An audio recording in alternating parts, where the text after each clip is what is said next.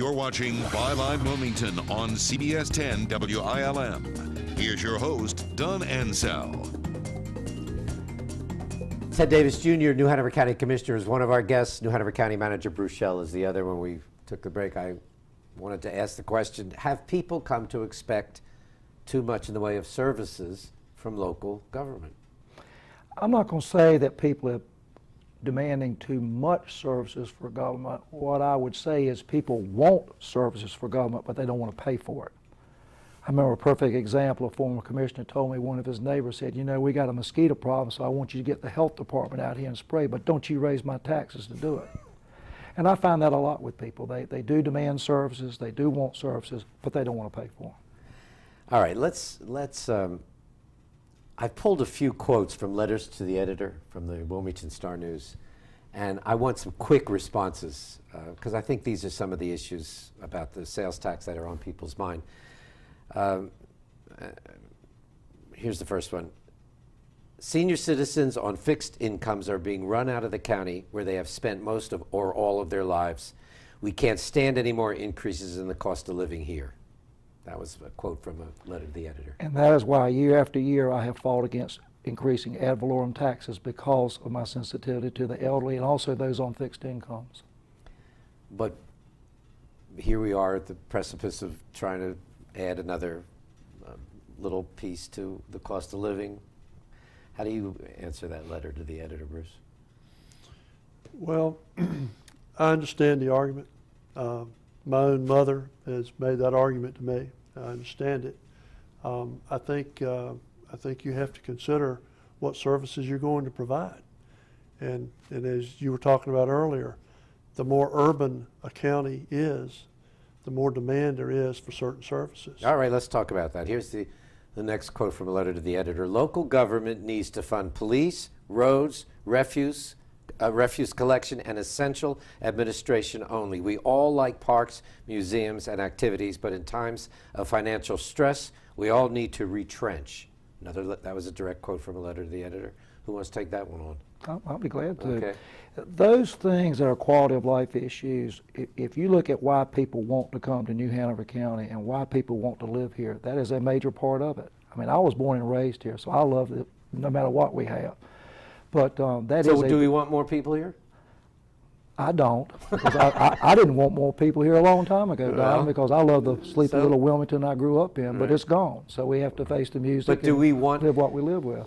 Is that one of our goals, to attract more people to the area? I know government, in order to grow, has to maybe take that stand? No, I don't think so. But I think we want to make where we live as meaningful as we can. And quality of life is certainly a part of that. A lot of the businesses larger businesses that have recently, GE, for example, in their headquarters here, spending large amounts of money, creating a lot of jobs. They chose Wilmington, New Hanover, because of what we offer in the quality of life arena. Okay, let's go. This will be the last letter of the editor quote. Do what many companies do in hard times. Decrease the salaries and benefits of their employees. Begin by cutting salaries 5 to 10% based on income. Pensions are also going to have to be reduced. Who wants to tackle that one? Well, once again, in the 08-09 fiscal year, our employees basically took a week's worth of cut in their wages. This particular fiscal year, they've taken 2 weeks of pay cut. And I don't know if you have this answer off the top of your head, Bruce. Do you know what the average benefit package in dollars for people who retire from the county government, what that is? The average annual benefit package? It depends on the salary grade. Salary, right. It depends on their years of service. But you wouldn't know an average.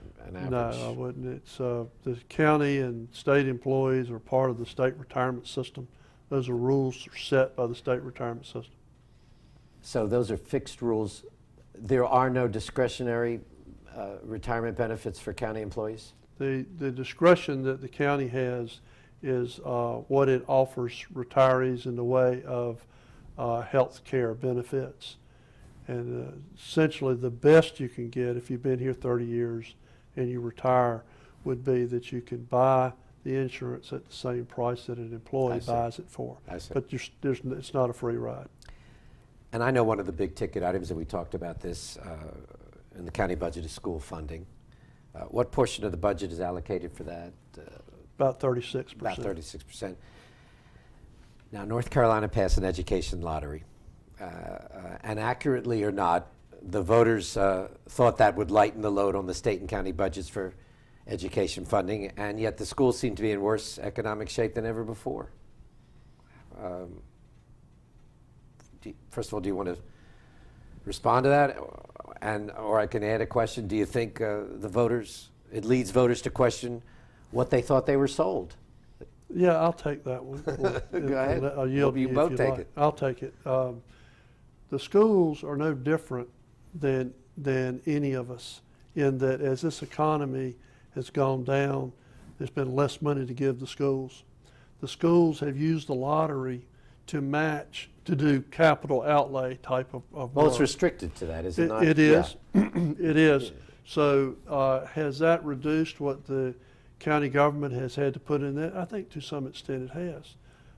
Has it meant that the schools have been able to step up renovation of some of the older buildings? Yeah, I think it's But do you helped think those. that leads to voter mistrust? It says, here we went for a lottery because they told us it would lighten the load, and here the county now comes and says, we are in trouble, we got to fund the schools.